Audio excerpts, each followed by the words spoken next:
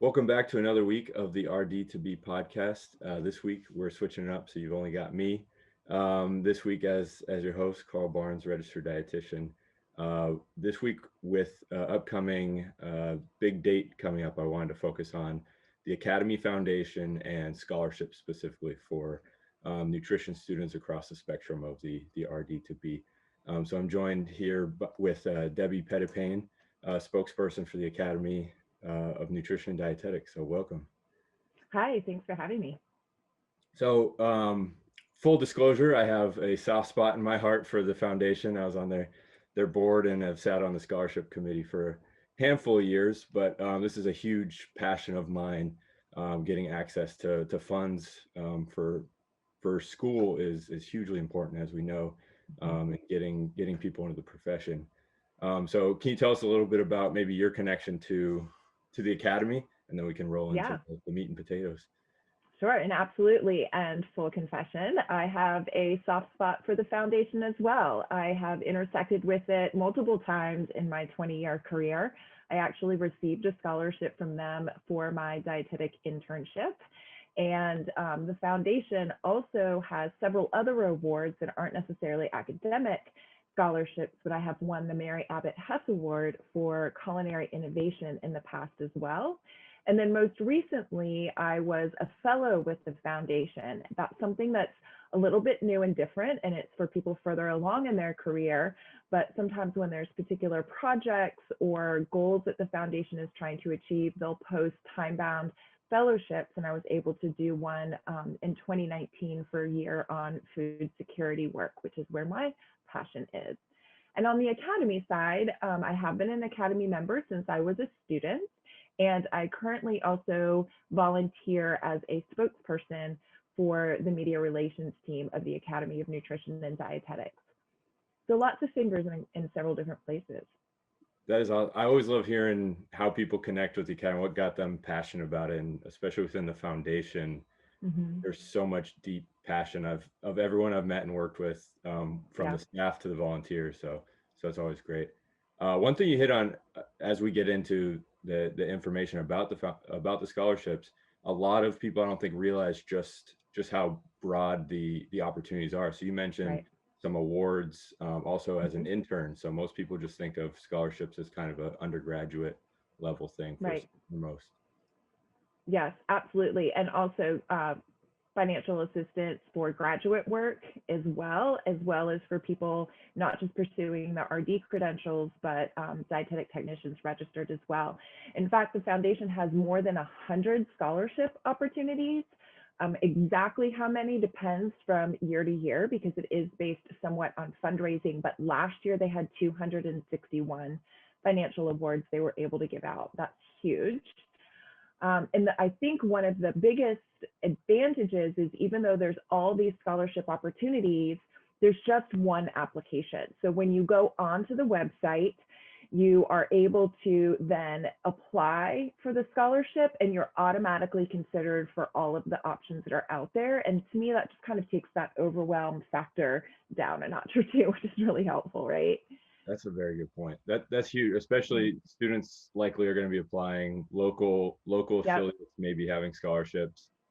Maybe their school has scholarships, maybe some personal organizations have scholarships. So having access Yeah, to that many with one application it is is. fantastic.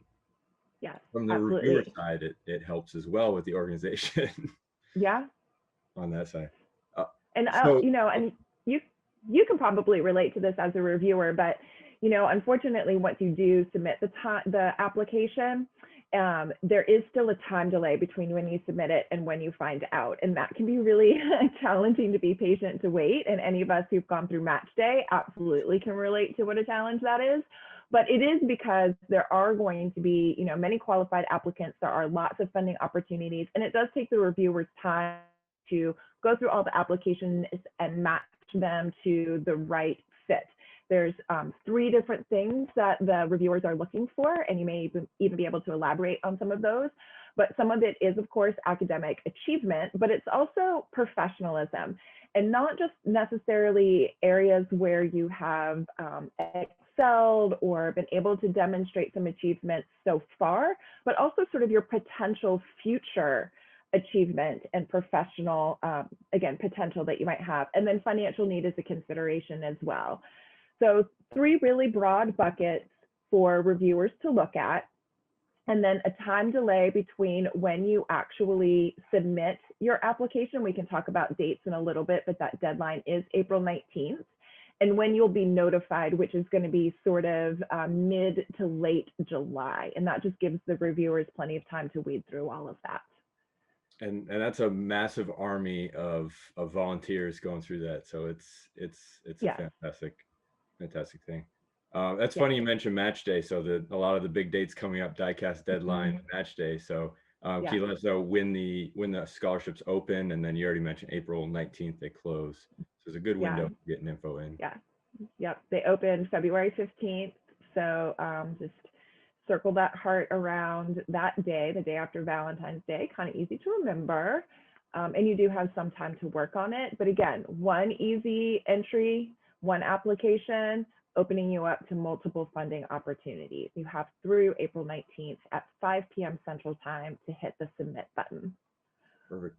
And I'm glad you mentioned the criteria, because I love personally the transparency and the objectiveness of it. So a lot of students may be scared off of applying to things, scholarships, thinking academics is the one and only criteria. And that's not to say it isn't a criteria, but there's very clear pieces where don't be scared off just because you may not feel strong or may not feel the most qualified in one category.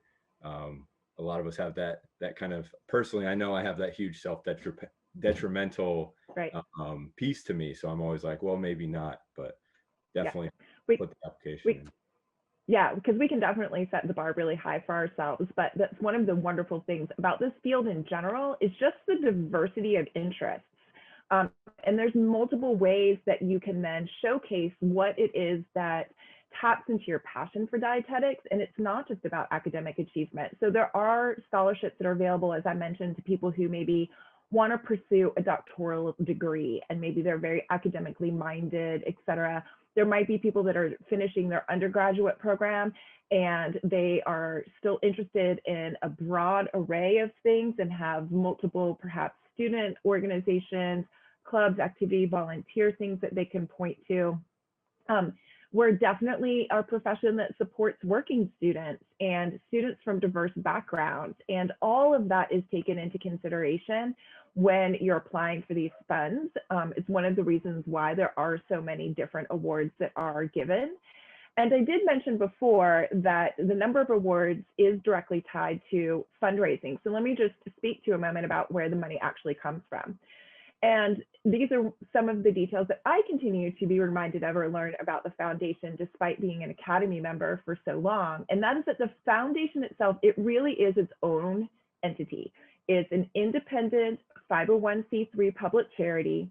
It is dedicated exclusively to promote our profession and to support nutrition and dietetics.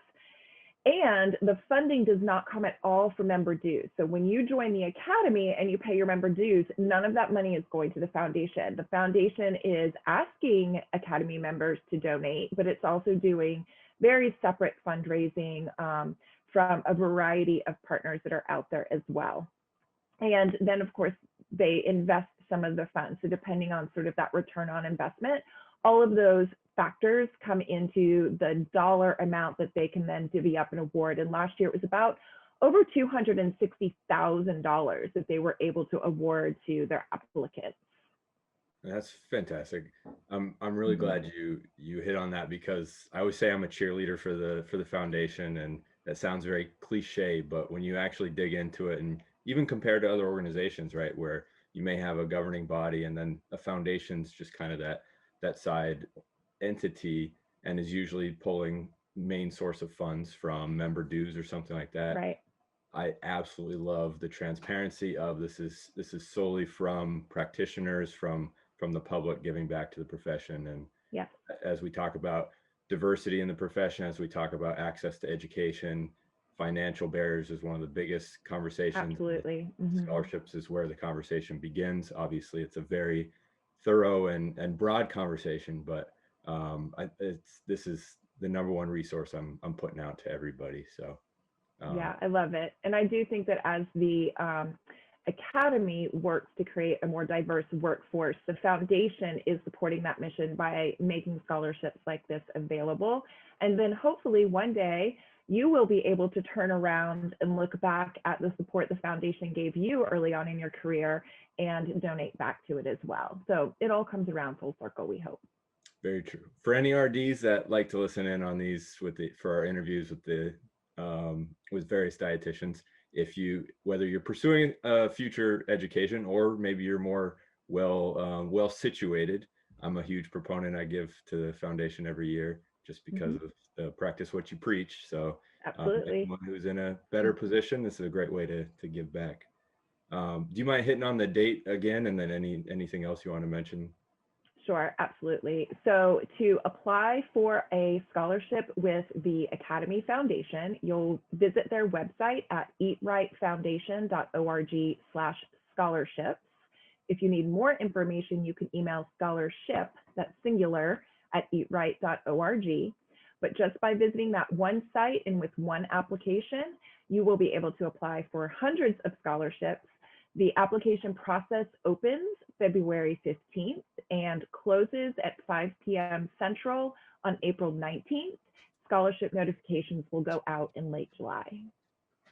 That's perfect. And I'll be putting this out as a blast to our email list. We've got a couple hundred students participating in our membership or mentorship and crash course. And then RD2B's got our direct text line. So I've got a bunch of RD2Bs on there. I'll be putting the direct link as we approach the 15th coming up here. So I appreciate you taking the time to sit and share your wisdom with us, Debbie. I hope you have a great one. Thanks again.